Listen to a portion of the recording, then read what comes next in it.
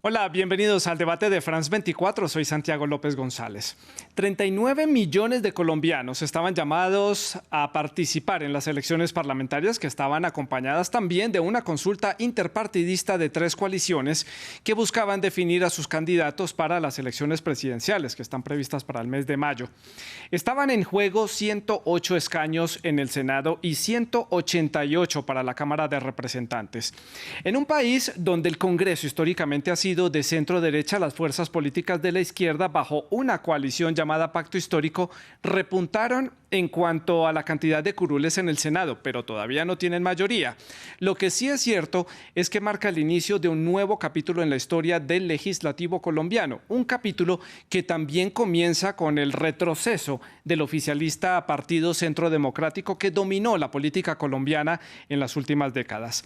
Los ponemos en contexto con el siguiente informe, veamos. La primera cita electoral desde el inicio de la pandemia en Colombia deja a la izquierda como clara vencedora. La coalición del Pacto Histórico, liderada por el exalcalde de Bogotá, Gustavo Petro, irrumpió con fuerza en el Congreso de la República, con 16 escaños en el Senado. Empata, sin embargo, con el tradicional Partido Conservador, ambos seguidos de cerca por el Liberal. El partido de gobierno, el Centro Democrático, salió malherido de los comicios. El Pacto Histórico también se hizo con 25 escaños en la Cámara de Representantes. El Pacto Histórico ha logrado el mejor resultado del progresismo en la historia de la República de Colombia. Estamos a portas de ganar la presidencia de Colombia en la primera vuelta presidencial. Petro consolidó sus aspiraciones presidenciales barriendo en la consulta interpartidista de la izquierda con más de 4,4 millones de votos. La sorpresa, sin embargo, fue Francia Márquez. La feminista y ambientalista afro obtuvo casi 800.000 votos, superando incluso las votaciones de los principales aspirantes en otras coaliciones. Vamos, Colombia, de la resistencia al poder hasta que la dignidad se haga costumbre. A la derecha tampoco sorprendió la victoria de Federico Gutiérrez. Con más de 2 millones de votos, se plantó como la opción de la coalición del conservador Equipo por Colombia. Lucharemos para que en Colombia no se repliquen proyectos fallidos que muchos de nuestros vecinos hoy justamente padecen. El candidato de centro, Sergio Fajardo, obtuvo una votación muy por debajo de sus rivales, evidenciando la fragmentación de su coalición Centro Esperanza. Y somos la expresión de un voto libre en Colombia, libre del clientelismo, libre de los puestos, libre de los contratos, libre de las influencias que no deben ser parte de la política. La polarización sigue siendo la tónica en Colombia y las legislativas pueden marcar el rumbo de lo que sucederá el próximo 29 de mayo con las elecciones presidenciales. Quedan muchas preguntas, como por ejemplo, ¿qué tan lista está Colombia para tener un Congreso de izquierda? Para poder obtener precisamente esa mayoría será necesario que realicen algunas alianzas con otras formaciones. ¿Cuáles podrían ser? Importante también destacar de esta jornada electoral en Colombia el desempeño que tuvo la lideresa Francia Márquez, que fue la gran sorpresa de esta jornada, y también las elecciones de los 3 candidatos que se van a enfrentar en las presidenciales, como lo estábamos viendo en el informe. ¿Cómo será entonces el panorama para la primera vuelta presidencial en este país suramericano? Tras haber conquistado el Senado, ¿será que entonces la izquierda ahora le apuesta al todo por el todo para llegar a la presidencia sin importar lo que tenga que pasar por encima? ¿Qué tantos chances va a tener? ¿Qué papel jugarán entonces las formaciones de centro y la derecha, que históricamente ha estado en el poder en Colombia y que llega a estos comicios un poco debilitada, víctima precisamente del agotamiento ciudadano y también de un poco de un sentimiento de decepción por parte de los colombianos?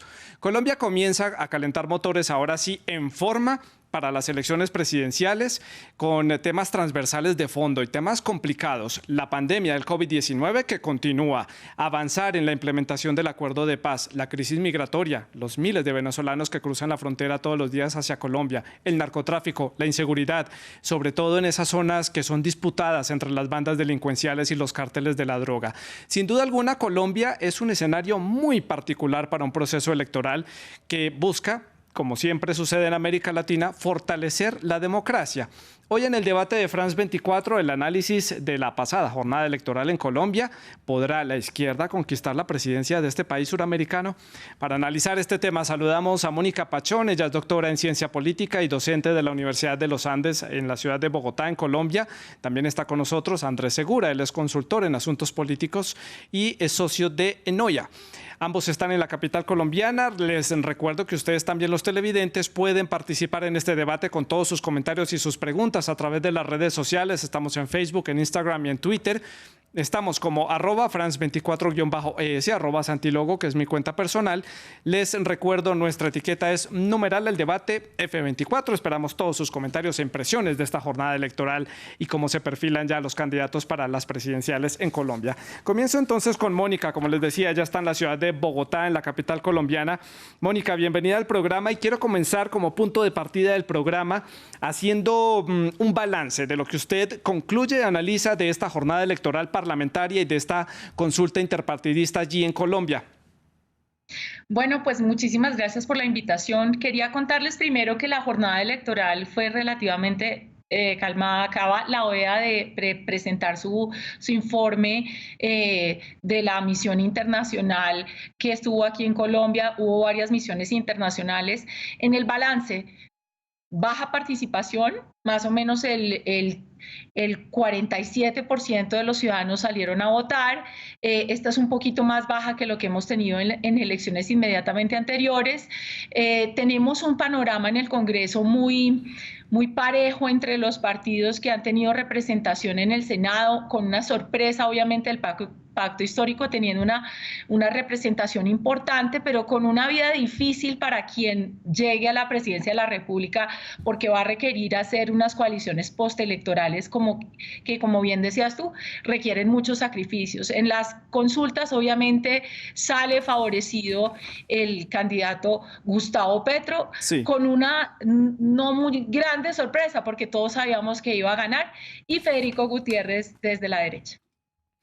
Y Andrés, también le doy la bienvenida al programa. Andrés Segura también se encuentra en la ciudad de Bogotá. Bienvenido, Andrés, y sus impresiones, su balance de lo que deja esta jornada electoral este fin de semana en Colombia. Santiago, muchas gracias por la invitación.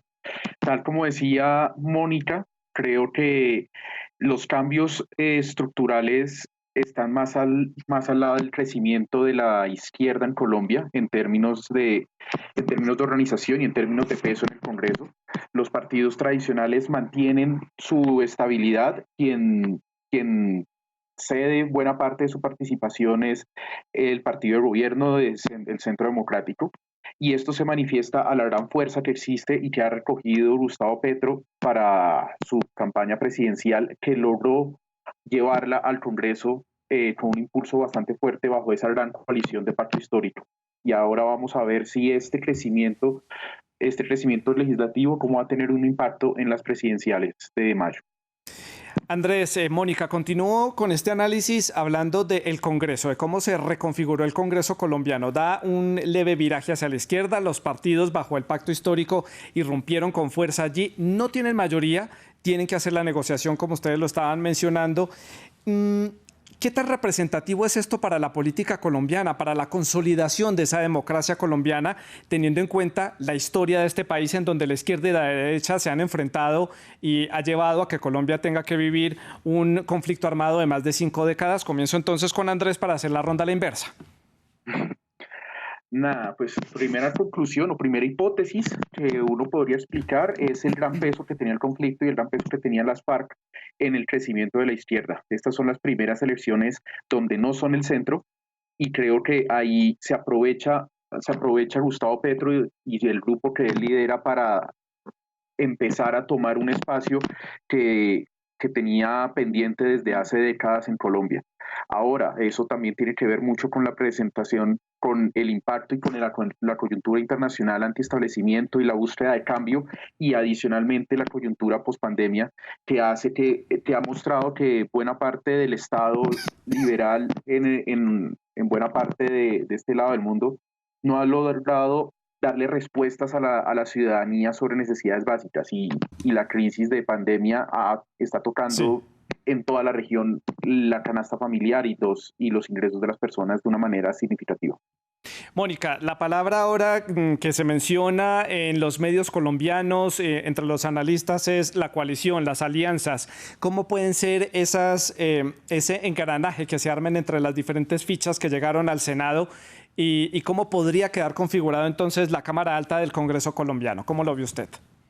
Pues es muy interesante lo que pasó porque había una expectativa de que la derecha o que la izquierda, que iba a llegar con mucho poder al Congreso de la República con las coaliciones, fruto, digamos, de esta votación de estas coaliciones, iba a romper esa tradición de que el Congreso es fundamental para la primera vuelta. Pero lo que resultó es que efectivamente vimos un Congreso muy fragmentado en los partidos políticos que conocemos. Entonces va a venir esta ola de negociaciones que es muy interesante porque en Colombia siempre existe un gobierno de coalición postelectoral. En el caso de Iván Duque, pues era el Partido Conservador, Justas Libres, Mira, el Partido Centro Democrático, y en algunos casos con Cambio Radical una coalición. Ahora lo que vamos a ver es cómo se va a armar esa otra coalición. Entonces, en la izquierda podemos tener el partido, pues el pacto histórico ya con sus resultados, y se está pensando en esta negociación entre el Partido Liberal y el pacto histórico, pero Federico, el candidato de la derecha, ha empezado ya a negociar y, por ejemplo, el Centro Democrático de forma unilateral ayer adhirió a la campaña de Fico Gutiérrez diciendo, bueno, aquí nos unimos o nos morimos. Entonces, digamos que la lógica que Colombia tenía en términos de democracia se mantiene. Se parece mucho a lo que ha pasado en los últimos años, en donde el presidente o los candidatos a la presidencia no tienen una mayoría clara en el comienzo, a pesar de la popularidad de Gustavo Petro. Llama la atención, Mónica, que entonces el Centro Democrático se queda sin un candidato propio para estos comicios presidenciales. Ha sido un partido que ha liderado la escena política colombiana, por lo menos en los últimos 20 años, y en estas elecciones de Congreso el partido pierde 5 senadores, pasa de 19 a 14 escaños en el Parlamento. ¿Qué es lo que pasa con el Partido Centro Democrático que lideró o está a la cabeza el expresidente Álvaro Uribe? Muchos hablan ya de un descenso, un ocaso, un agotamiento del discurso. ¿Qué análisis hace usted, Mónica? Y esa misma pregunta luego se la traslado a Andrés para armar aquí diferentes opiniones al respecto. Es una gran pregunta. Quiero aclararle a la audiencia que quien lidera la coalición, quien es el más importante en la coalición, es el presidente, el uribismo es liderado por Álvaro Uribe. Álvaro Uribe fue candidato independiente primero, luego se armó un partido que se llamaba el Partido de la U. Cuando gana Juan Manuel Santos, él arma el Partido Centro Democrático. Es decir, Álvaro Uribe Vélez ha navegado por muchos partidos, ha sido un independiente porque él es muy poderoso en la política colombiana, pero realmente lo que representa esto es efectivamente un agotamiento de la figura de Uribe como eje divisor y como la persona que organiza la política colombiana. Eso es radical, digamos, esa es la diferencia que tenemos en esta elección de las elecciones anteriores, por supuesto. El tema de la paz se ve un poco rezagado, digamos, y ya lo dejamos un poco en el pasado porque la propuesta de Gustavo Petro es una propuesta más antisistema, como decía Andrés, una propuesta más de democracia sustantiva, transformadora a la ola de las nuevas, digamos, elecciones en América Latina, y entonces se siente que el eje se ha transformado desde ese mundo al mundo no prosistema y el mundo que vamos en el que se propone el cambio institucional más radical. Claro. Andrés, ¿su opinión sobre esta caída en cierto punto, si se puede decir así, del Centro Democrático en el número de curules o escaños allí en el Parlamento colombiano, y sobre todo que se quede sin un candidato de cara a las presidenciales, que le toca armarse de valor y unirse a la candidatura de Federico Gutiérrez, que pues también es de la derecha, representa los valores de la derecha, pero pues ya sabemos lo pesado que era el Centro Democrático en la política colombiana. Pues primero, para resaltar lo que apunta Mónica, creo que el decaimiento de la figura de Álvaro Uribe es fundamental no solamente para entender las elecciones, sino para explicar lo que ha pasado en Colombia en los últimos 20 años. Y esto tiene que ver también con la caída, el desprestigio que ha tenido el gobierno Duque como finalizando este periodo, que ha sido un golpe muy fuerte para el partido político. Lo que no se puede desconocer en este momento es que el Centro Democrático, a pesar de que tuvo una caída bastante importante, tiene una votación muy importante en el Congreso, que lo hace la cuarta, quinta fuerza, pero con una diferencia de 3 congresistas en comparación, 2 o 3, ya no me acuerdo, 16-14, con el partido más votado. Y ya sobre la presidencia, buena parte de la estructura política del partido terminó siendo apoyo de Federico Gutiérrez en este triunfo. Entonces, al final, puede que la marca Centro Democrático haya decaído, pero no se puede dar por perdido, no se puede dar por descontado el poder que pueden tener en estas elecciones de alguna manera. Otro detalle para no dejar al lado, viendo votación individual, los 2 senadores más votados fueron de ese partido. Entonces, al final hay unos pequeños liderazgos que pueden ir creciendo. Se desliga un poco de la figura de Álvaro Uribe, pero es una tendencia que sigue fuerte y ese apoyo a Federico Gutiérrez termina siendo mucho más fuerte de lo que uno podría pensar viéndolo desde afuera. Andrés, viéndolo precisamente desde afuera, viéndolo precisamente fuera de las fronteras colombianas, uno puede ver que predomina todavía la polarización colombiana entre la sociedad colombiana y que este país tal vez se encamina a un escenario muy similar al de las elecciones pasadas, donde esto era blanco o negro, esto era izquierda y derecha para las presidenciales. El centro sigue sin ganar fuerza en Colombia. ¿Por qué? Creo que hay 2 grandes razones. La primera, el liderazgo no ha sido el mejor en estas últimas épocas, y aquí hablo en términos de show político, por así decirlo. Si estamos viendo que la tendencia en el mundo es aprovechar los diferentes mecanismos y las herramientas de comunicación nuevas para hacer nuevas formas políticas y llamar la atención y crear grandes showmans, creo que los del centro no lo han logrado. Y en estas elecciones particularmente, la división de diferentes intereses y centrarse en la dinámica entre pequeños líderes medianos que quieren hacer una lucha entre ellos para ver quién va a ser el líder, creo que terminó matando o debilitando, para no ser tan radicales, la opción de centro en estas elecciones. Lo que no sucede, por ejemplo, con la izquierda, que ha logrado tener un gran líder, que ha logrado coordinar y articular diferentes fuerzas de la izquierda al respecto, o lo que en su momento fue Álvaro Uribe en Colombia en los últimos años. Ya vamos a hablar precisamente de los candidatos que surgieron de esta consulta interpartidista. Entre ellos está Gustavo Petro, que fue uno de los protagonistas de la jornada, Mónica.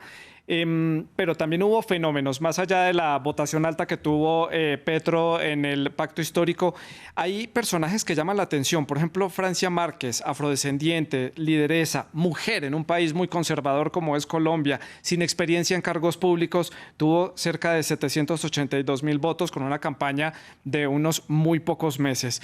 ¿Qué representa esta mujer para la política colombiana? Irrumpió sorpresivamente, ha sorprendido, y es el análisis en este momento de las personas que entienden del tema político colombiano y la ven como una especie de promesa electoral. ¿Puede ser vista así? A mí lo que me parece, bueno, quería complementar un poquito lo que dijo Andrés frente al centro. Colombia se divide, Colombia es un sistema altamente presidencial. Entonces, el sistema político colombiano se divide entre los grupos que están a favor del gobierno, los grupos que están en contra del gobierno. Hay unos partidos que se declaran independientes. Entonces, siempre estamos polarizados en esas 2 fuerzas. En este caso, el partido de gobierno fue el Centro Democrático con el Partido Conservador, que no se nota mucho, y la fuerza contraria era el Pacto Histórico, porque Gustavo Petro, siendo el candidato que ganó la segunda votación en 2018, estaba como jefe de la oposición en el Senado de la República. Ahora, Francia Márquez es un fenómeno interesante en Colombia. Se ha venido dando un movimiento de mujeres, ¿no? De feminismo, digamos, una agenda más sustantiva. Inclusive en el Congreso de la República se ha perdido en 3 veces la oportunidad de pasar la paridad en reformas electorales, pero que pasamos una paridad mediana de candidatos en el Código Electoral. Entonces, hay un movimiento naciente y Francia Márquez representa esa diversidad. Su lugar de origen, como decían ustedes, en la costa pacífica, la representación del movimiento social después de todos los paros que tuvo Colombia, de toda la crisis que vive esa región, pues Francia Márquez viene a representar eso. Y por el otro lado, pues es la pelea de las mujeres al interior del pacto histórico, en donde Gustavo Petro ha recibido muchísimas críticas por no darle esa visibilidad a las mujeres. Entonces, muchas mujeres se volcaron a votar por Francia Márquez en una necesidad de escuchar la voz de la mujer en la campaña, que estuvo muy ausente en todos los espectros ideológicos. Sí, así lo vemos. De cara a las presidenciales solamente hay una mujer destacada, es Ingrid Betancourt. Ya vamos a hablar de los candidatos a la presidencia.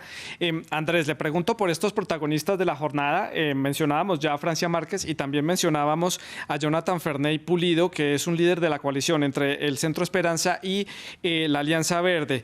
Era un youtuber con más de 1 millón de seguidores en su canal de YouTube y logró irrumpir en la escena política colombiana y ahora se va a desempeñar como senador de la República. Y fue la gran sorpresa en términos de Congreso. Terminó siendo la tercera gran votación en el país individualmente. Un youtuber con fuerza en Bucaramanga y de origen de Bucaramanga, una región cerca a la frontera con Venezuela, la quinta, sexta ciudad en tamaño del país, pero que tiene unos comentarios políticos bastante grandes y terminó liderando la coalición de centro para el Senado, terminó empatando, superando por muy pocos votos a Humberto de la Calle, el candidato presidencial y líder del proceso de paz en Colombia. Ahí solo estamos viendo cómo estos fenómenos sí están teniendo un impacto en la política. No creo que en el corto plazo lleguemos a tener un impacto a nivel nacional, pero en búsqueda de pequeños escenarios sí lograron capturar buenas votaciones, teniendo en cuenta además que este personaje tuvo un apoyo de otro candidato presidencial, otro personaje de los que va a aparecer en mayo, que se llama Rodolfo Hernández, otro candidato antisistema, que ya va a ser candidato, no participó en las consultas, pero en las encuestas generales que se hacían previamente se encontraba en el tercer lugar. Este apoyo también, de alguna manera, ayudó a que el trabajo en digital tuviera un resultado tan representativo, superando a muchos en votación, a muchos de los otros influenciadores o personas que trabajan en lo digital que también se presentaron. Bueno, les propongo que para esta segunda parte del programa, para esta segunda mitad del programa, nos enfoquemos en el tema de las presidenciales, que es en lo que ya se concentran los colombianos, que llevan 1 año hablando de elecciones presidenciales y ahora sí, por fin, ven ya esto enrutado con unos personajes claros y un panorama un poco más conciso de lo que va a ser esa primera vuelta. Análisis primero del panorama general. Mónica, de cómo vio usted entonces a estos candidatos, los 3 que salieron de la consulta interpartidista, en total son 10. Mencionábamos que allí también entra Ingrid Betancourt, Rodolfo Hernández, que es un candidato independiente, y hay otras figuras, pero los más opcionados o los más sonados por lo menos son estos 3 que salieron de las consultas, Ingrid Betancourt y Rodolfo Hernández. Bueno, pues primero contarle a la audiencia que en Colombia hay, digamos, mucha participación de candidatos independientes. En Colombia, en esta elección, solamente se presentaron 40 movimientos para inscribir candidato para las elecciones presidenciales. Eso es una locura. Y además están los candidatos de partidos. Definitivamente los candidatos que participaron en esta elección, en las coaliciones para elegir candidatos, salieron muy fortalecidos. Federico Gutiérrez salió súper fortalecido. Sergio Fajardo, como decía Andrés, tiene un dilema de liderazgo al interior de este movimiento. De hecho, muchas de las personas del Partido Verde en mi parecer, van a entrar al pacto histórico porque ellos les dieron libertad. Entonces, él está ahí, pues fuerte como un candidato de tercera, pero realmente ahí no tiene la posibilidad, diría yo, de crecer mucho frente a estos dos polos y, pues, por supuesto, Gustavo Petro. Los otros candidatos... Ingrid se inscribe muy tarde en la elección, está participando en los debates, pero realmente yo no le veo la capacidad de competir, digamos, en el corto plazo y crecer de la forma que requeriría para hacer su elección competitiva para la segunda vuelta, aunque cualquier porcentaje en este momento es importante.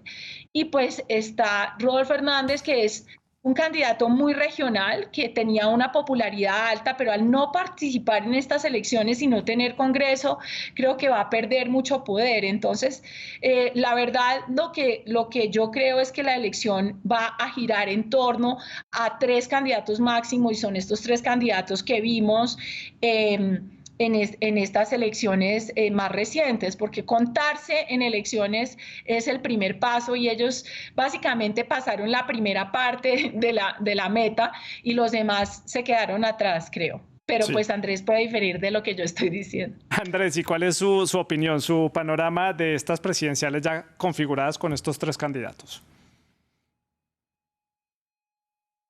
Creo que tiene en silencio el micrófono, Andrés, entonces ya. Eso, ahora sí. Creo que yo sigo con la línea de Mónica. En este momento estamos todavía en la espuma que generaron las elecciones legislativas. No se puede olvidar que en comparación a lo que pasó en 2018, y se compara con los que participaron de la participación en primera vuelta en 2018 con los que participaron en las consultas este domingo, hay una diferencia de 8 millones de personas alrededor que hacen falta por votar. Y en este caso vamos a ver cuál es el comportamiento de esas personas. ¿A dónde voy con esto? Las consultas le dan un turbo a las campañas. Los que venían en todos estos meses, el haberse medido les va a dar un impulso bastante grande, y a los ganadores, por supuesto. Y sigo la misma línea de Mónica, creo que van a salir con una gran ventaja, pero lo que sí va a pasar en las primeras encuestas que seguramente saldrán la próxima semana, esta semana están en algunas negociaciones para hacer las inscripciones finales. Ahí lo que veremos es qué tanto se marcan esas diferencias entre los demás. Los sí, porcentajes tan altos que se veían entre las diferencias creo que no se van a mantener. Va a haber una votación representativa de Rodolfo que no sabemos a qué pedazo se lo va a quitar, y eso es lo importante para revisar. Andrés, usted menciona una palabra que me llama la atención. Esto le da turbo a las elecciones, le da un impulso a estos candidatos. Y si hay un candidato que tiene el acelerador puesto es Gustavo Petro, 4.4 millones de votos en solitario en esta consulta interpartidista. ¿Cómo llega entonces Gustavo Petro, el candidato que representa los valores de izquierda, todo el pacto histórico, que es una coalición de partidos de esta tendencia? ¿Cómo llega entonces a esta primera ronda? Llega muy fortalecido, llega con la idea de que es el candidato viable, y al final eso le quita posibilidad a los otros que vayan a llegar, porque ya es ante una pregunta eventual sobre quién cree usted que va a ganar, la respuesta a todo el mundo, claro, pues a la gran mayoría de los colombianos va a ser Gustavo Petro. Sí. La cosa es que numéricamente le hacen falta alrededor de unos 4 millones de votos para ganar en primera vuelta, y ese es su objetivo de alguna manera. Sí. Entonces vamos a ver él cómo logra potenciar esa idea de que él ya es el ganador. Él necesita para ganar más confianza, con mayor facilidad, es tener una votación muy alta en primera vuelta, porque ya en segunda vuelta el alto negativo que siempre ha tenido le puede jugar en contra, y puede pasar lo mismo que en 2018. Mónica, su opinión sobre este candidato, lo que representa él para la historia colombiana y para la izquierda de este país. Gustavo Petro es un político profesional. Él ha estado en el ruedo político desde los 90, ha sido un congresista muy reconocido. En los años 2000 fue una gran oposición a todo el fenómeno paramilitar en Colombia. ha sido siempre una voz disidente, digamos, en el sistema político colombiano, pero ha pertenecido al sistema político colombiano durante más de 20 años. Yo creo que su voz es importante, yo creo que la voz de la izquierda, luego del proceso de paz, es una voz que se tiene que escuchar y, por supuesto, es una voz que representa estas voces de inconformidad que se dieron a partir de las movilizaciones sociales en Colombia en 2019, 2020 y luego con la pandemia, sí. Por supuesto, la crisis económica hace que estas necesidades se representen más en un candidato de izquierda que un candidato parte del status quo. Me quedan pocos minutos para finalizar el programa. Quiero que hablemos también de Federico Gutiérrez y Sergio Fajardo. Mónica, Federico Gutiérrez, poco más de 2 millones de votos en esta consulta, representa a esta coalición de derecha, recibió el apoyo, ya como lo decíamos, del Centro Democrático. Tal vez su reto más difícil a lo largo de lo que le queda de campaña es desmarcarse del presidente Duque, que no tiene mucha popularidad entre los colombianos, y desmarcarse un poco del uribismo y mostrarse como una derecha diferente. ¿Qué análisis hace usted? Yo creo que él es un candidato muy hábil. Hay un hecho en la política colombiana y es que en la primera vuelta uno puede ganar, pero uno puede perder en la segunda vuelta.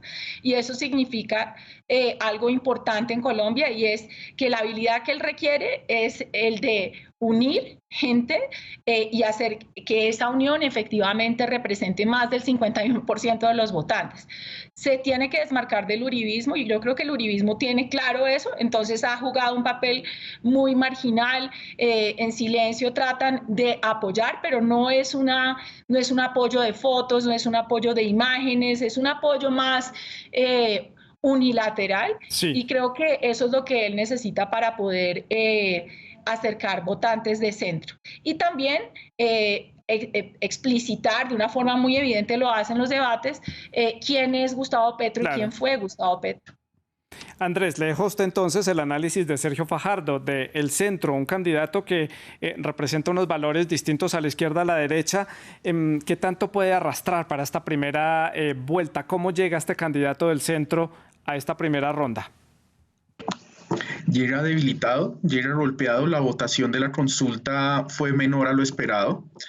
Tiene la posibilidad de, en un escenario donde puede ser una campaña hostil, donde puede ser una campaña basada en negativos, que es lo que ya mostraba en estos 2 días, tiene la posibilidad de mostrar un tipo de campaña diferente para marcar y hablar de la esperanza, que es el mensaje que ellos quieren posicionar. Por lo demás, la posibilidad de ampliar el espectro queda dado por su habilidad política y sobre todo de encantar a las personas, porque lo que vamos a ver, como está hablando Mónica, es que Federico Gutiérrez va a estar buscando capturar el centro, basándose en la viabilidad de la campaña de Federico y en el hastío frente a la posibilidad de una izquierda, y Gustavo Petro hará lo propio por cerrar ese cerco para el centro sobre el miedo al continuismo con Uribe. Esa relación y esas fuerzas van a cerrarle el margen de maniobra a Sergio Fajardo, el cual le toca unir lo poco que tiene y sobre eso empezar a crecer con un mensaje diferencial. La cosa es que hasta el momento la unión ha sido complicada. Andrés y a Mónica les agradezco por haber estado con nosotros. Esto apenas está comenzando. Comienza entonces de forma oficial, digámoslo así, esta candidatura a la presidencia de Colombia. Vamos a seguir paso a paso lo que sucede allí en este país suramericano. Les agradezco por este análisis para la audiencia de France 24 y a ustedes sigan en sintonía de France 24. Hay mucho más para ver.